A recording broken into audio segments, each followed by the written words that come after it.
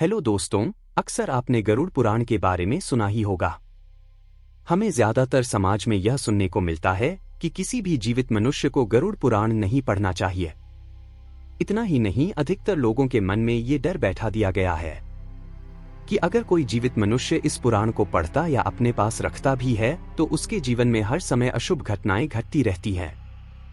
लेकिन मित्रों, मेरी माने तो ऐसा नहीं है, क्योंकि आज हम गरुड़ पुराण के बारे में आपको एक ऐसा रहस्य बताने वाले हैं जिससे जानने के बाद आप इस भय से मुक्त हो जाएंगे कि जीवित मनुष्य को यह पुराण पढ़ना चाहिए या नहीं। आपका पहले से स्वागत है हमारे चैनल। तो चलिए जानते हैं बिना समय गवाए। गरुड़ पुराण पाठ किसी परिजन की मृत्यु के पहले या कभी भी पढ़ा जा सकता है। जो व्यक्ति इसे पढ़ने की इच्छा रखता है वह इसे पढ़ सकता है। पवित्रता और शुद्ध मन के साथ गरुड़ पुराण का पाठ किया जा सकता है। डॉन। गरुड़ पुराण में स्वर्ग, नरक, पाप पुण्य के अलावा भी बहुत कुछ है। उसमें ज्ञान, विज्ञान, नीति, नियम और धर्म की बातें हैं।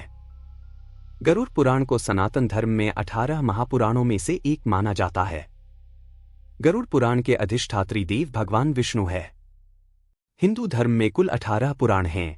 उन्हीं में से एक गरुड़ पुराण है जिसमें कुल 18,000 श्लोक और 271 अध्याय हैं।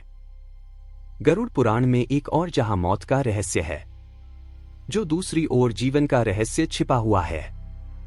गरुड़ पुराण से हमें कई तरह की शिक्षाएं मिलती है। गरुड़ पुराण में मृत्यु के पहले और बाद की स्थिति के बारे में बताया गया है। गरुड़ पुराण में भगवान विष्णु और उनके वाहन गरुड़ के बीच हुए संवाद का वर्णन किया गया है। मित्रों, अक्सर ये देखने को मिलता है कि जब किसी परिवार में किसी की मृत्यु हो जाती है या कोई मृत्युशैया पर होता है तो गरुड़ का पाठ कराया जाता है। और यही सब देखकर लोगों के मन में भय बैठ जाता है कि जीवित मनुष्य गरुड़ पुराण का ना तो पाठ ही कर सकता है और ना ही इसे अपने पास रख सकता है।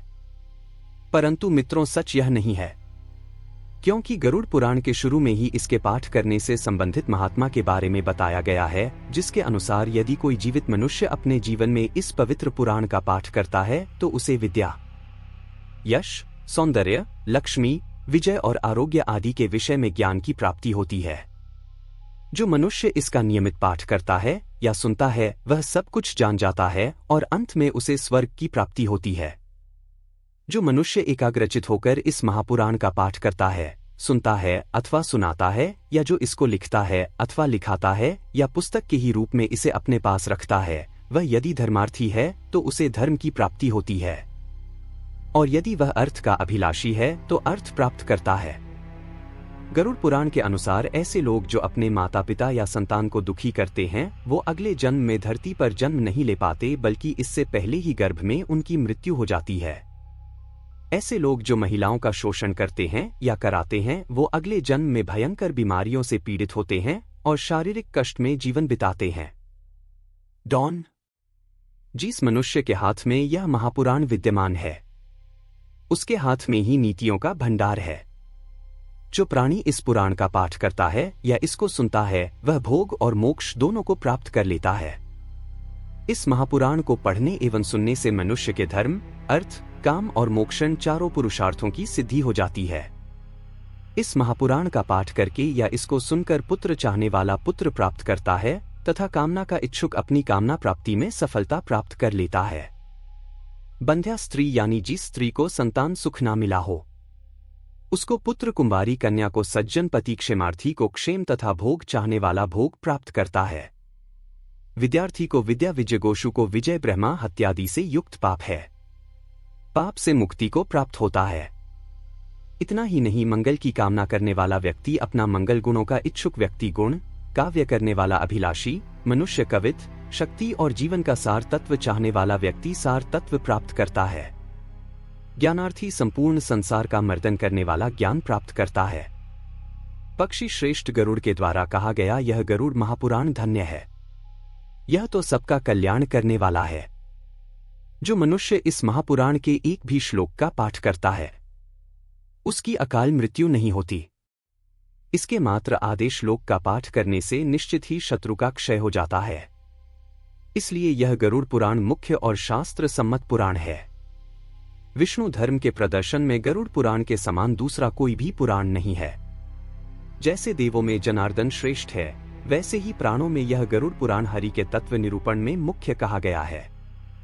इस गरुड़ पुराण में हरि ही प्रतिपाद्य हैं, इसलिए हरि ही नमस्कार करने योग्य है, हरि ही शरणीय है और वे हरि ही सब प्रकार से सेवा करने योग्य है। यह गरुड़ पुराण बड़ा ही पवित्र और पुण्यदायक है।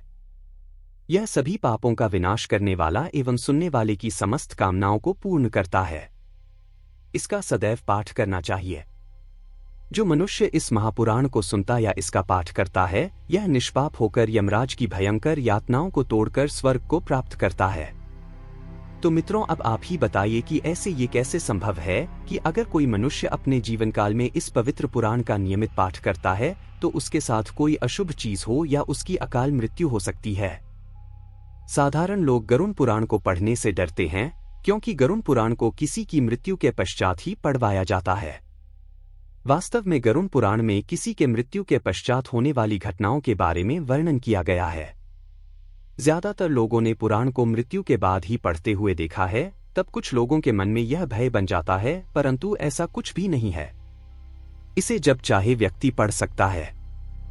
मित्रों, अगर मेरी माने तो ये महज एक भ्रम है और कुछ भी नहीं।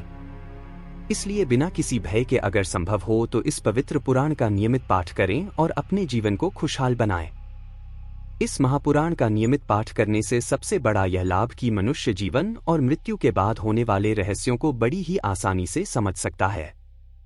क्योंकि गरुड़ पुराण में मनुष्य द्वारा जीवित रहते हुए किए जाने वाले कर्मों के बारे में बताया गया, अर्थात बताया गया है कि कौन सा कर्म अच्छा है और कौन सा बुरा।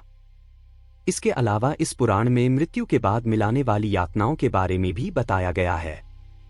यानी ये कहा जा सकता है कि इस पुराण में वर्णित बातों को यदि संपूर्ण मानव जाति खुद में आत्मसात कर ले तो एक अच्छे समाज का निर्माण किया जा सकता है।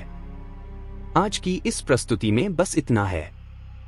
ऐसी ही और ज्ञानवर्धक वीडियो देखने के लिए हमारे चैनल को सब्सक्राइब कीजिए।